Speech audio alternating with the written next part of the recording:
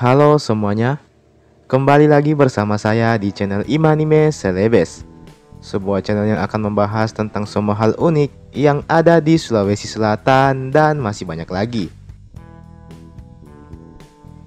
Di video kali ini kita akan kembali melanjutkan serial I Laga Ligo, dan kali ini kita telah menyentuh episode yang ke-23.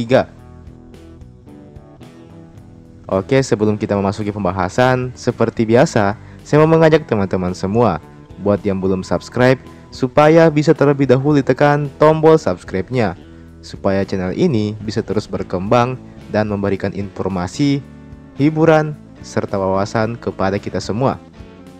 Oke? Kalau sudah, langsung saja. Mari kita memasuki pembahasan. Inilah dia I Laga Ligo Series episode yang ke-23.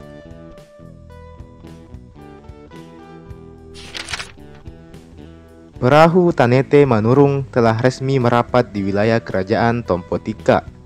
Para awak kapal segera turun untuk kemudian mandi di sungai.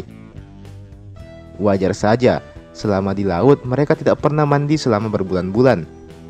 Sementara itu Batara Latu memerintahkan saudara tirinya, yakni Lapa Ngoriseng, untuk bergegas menyelidiki istana Tompotika serta kerajaan Singkingwero.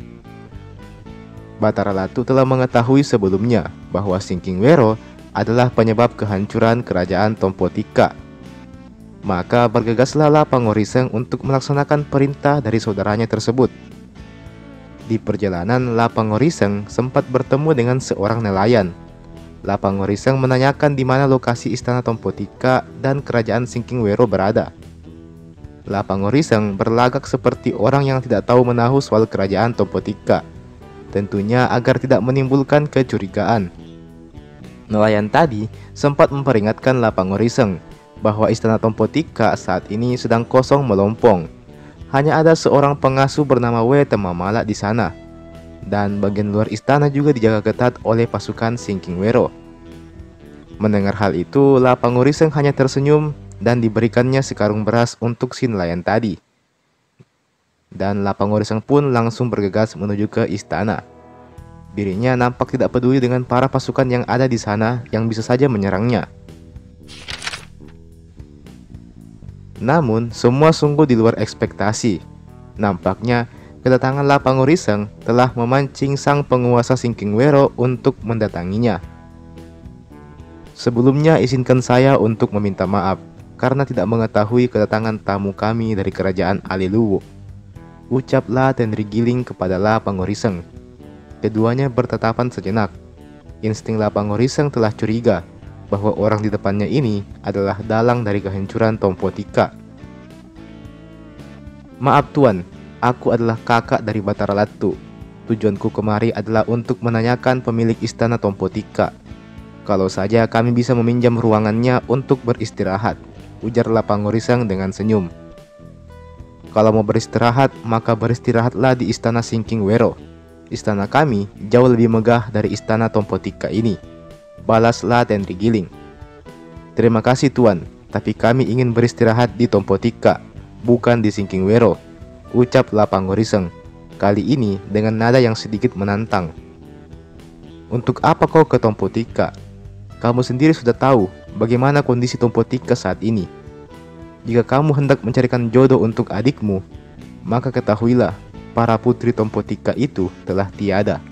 Aku memang tidak punya anak perempuan, tapi aku punya kemanakan yang mungkin bisa kujodohkan dengan adikmu itu, ucap La Tenrigiling dengan nada yang sombong.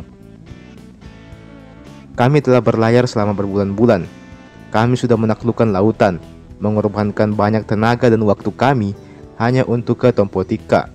Semua itu memang demi mencarikan jodoh yang sederajat buat adik kami, ucap Lapa Ngoriseng, kali ini dengan nada yang serius. Mendengar hal itu, La Tenrigiling malah tertawa terbahak-bahak.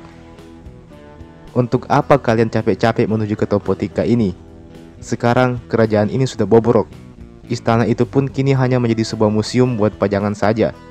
Demikian jawab La Tenrigiling. Dengarkan aku wahai penguasa Singkingwero. Baik istana Tompotika maupun istana Singkingwero, keduanya tidaklah sebanding dengan kemegahan istana Aliluwu. Tidak ada istana lain yang setara dengan Aleluwu. Satu-satunya alasan kami datang kemari karena Putri Tompotika itu punya derajat yang setara dengan adik kami. Dan hanya mereka yang pantas untuk mendampingi adik kami. Bukan kemanakanmu atau siapapun wanita dari kerajaanmu, jawablah Pangoriseng. Ucapan La Pangoriseng ini secara tidak sengaja langsung berhasil mengintimidasi La Tendrigiling. Bagaimanapun, La Tendrigiling tahu betul sekuat apa dan sehebat apa kerajaan Aleluwu itu. Maka dia pun memilih untuk pergi meninggalkan La Pangoriseng. Sedangkan itu, La Pangoriseng langsung kembali melanjutkan perjalanannya menuju ke istana Tompotika. Sesampainya di istana, La Pangoriseng langsung mengendap-endap untuk melewati para penjaga. Dengan keahlian yang dimilikinya, dia pun berhasil masuk ke halaman istana tanpa sepengetahuan para penjaga. Dan alangkah terkejutnya dia ketika mendapati dua orang gadis cantik yang sedang duduk di dekat jendela.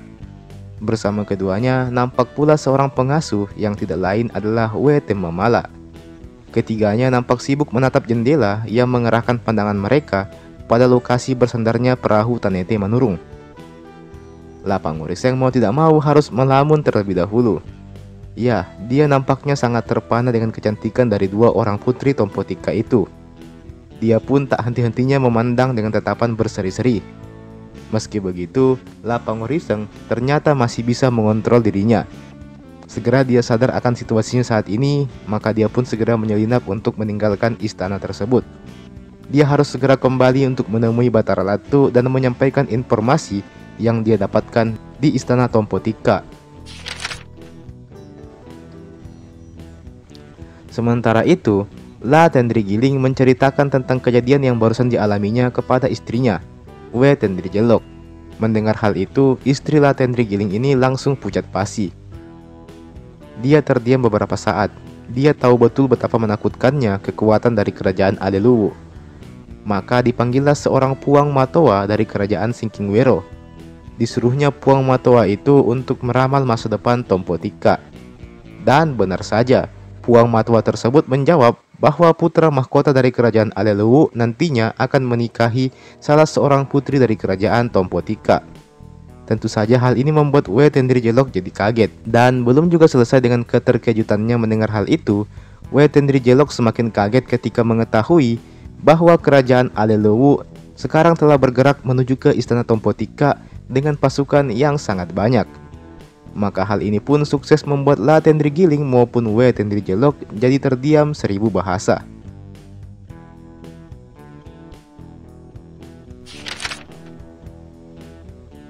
Dan teman-teman, itulah tadi Ilaga Ligo Series episode ke-23.